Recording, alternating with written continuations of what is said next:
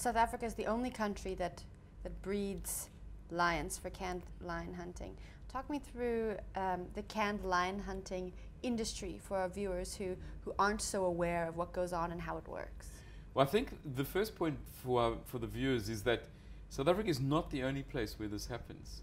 Can hunting also takes place in Texas, in the USA.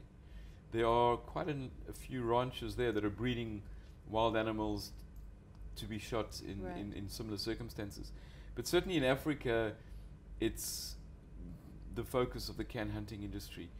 There may be the odd situation in Namibia, possibly Zimbabwe and Zambia as well.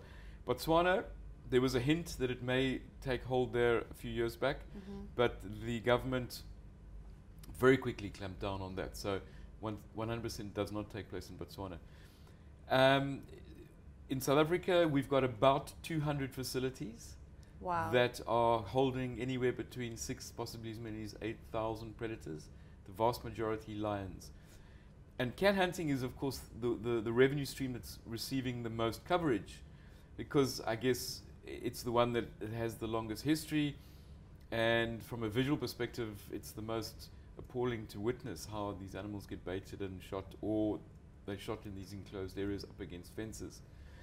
And approximately 1,000 lions are being shot annually in these circumstances in South Africa. So you have lions that are bred in captivity, they're pretty much tame, hand-reared, and what happens is they get moved to an enclosure, and depending on which province you're in, of varying sizes, and again, depending on which province you're in, X number of days after the movement takes place, you can then fly in as the hunter and you can shoot your animal. Now, can hunting differs from what we call fair chase hunting, in that fair chase is the traditional form of hunting, 14 to 21 days typically to go and shoot a lion. Going to cost you anywhere from $50,000 to $60,000, but possibly up as much as $80,000. And you probably only have a 50 to 60% chance of bagging the trophy. And the lion is supposed to have a good chance of, or a fair chance of, escaping. And is this hunting out in the wild, or is so it's and typically it takes place in expansive areas. So parts of Tanzania used to be in Botswana, but no longer. Parts of Zimbabwe, for example. Can hunting is the complete antithesis of that. The lion has no chance of escaping. It's a guaranteed kill. I think the record is about 99.5%.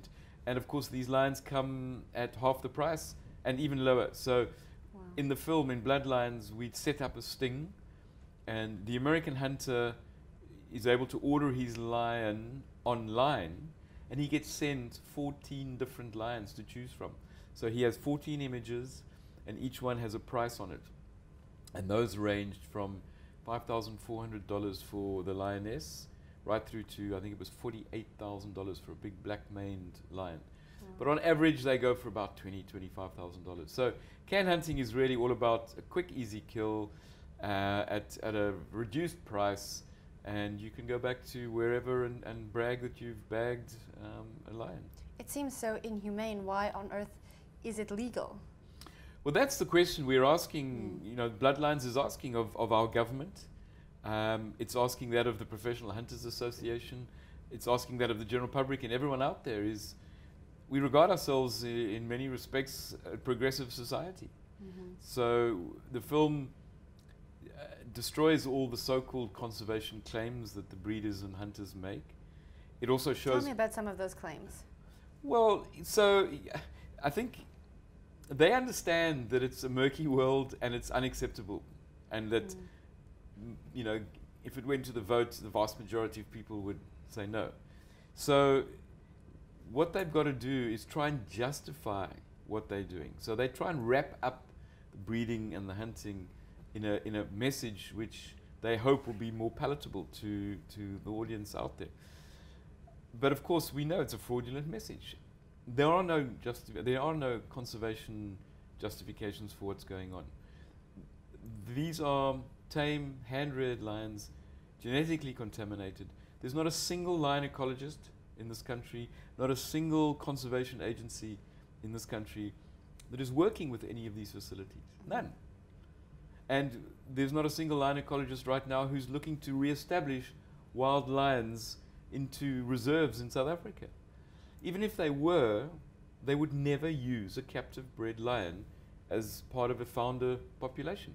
They would use wild lion stocks. Yeah. So this claim that they're breeding lions and it's going to be the savior of wild lions in South Africa, it's completely bogus, absolutely bogus. And that's what Bloodlines sets out to do, is to deconstruct that fraudulent message. And you're left with a very clear understanding that actually these lions are just simply being bred for commercial purposes so that a few people can make a lot of money.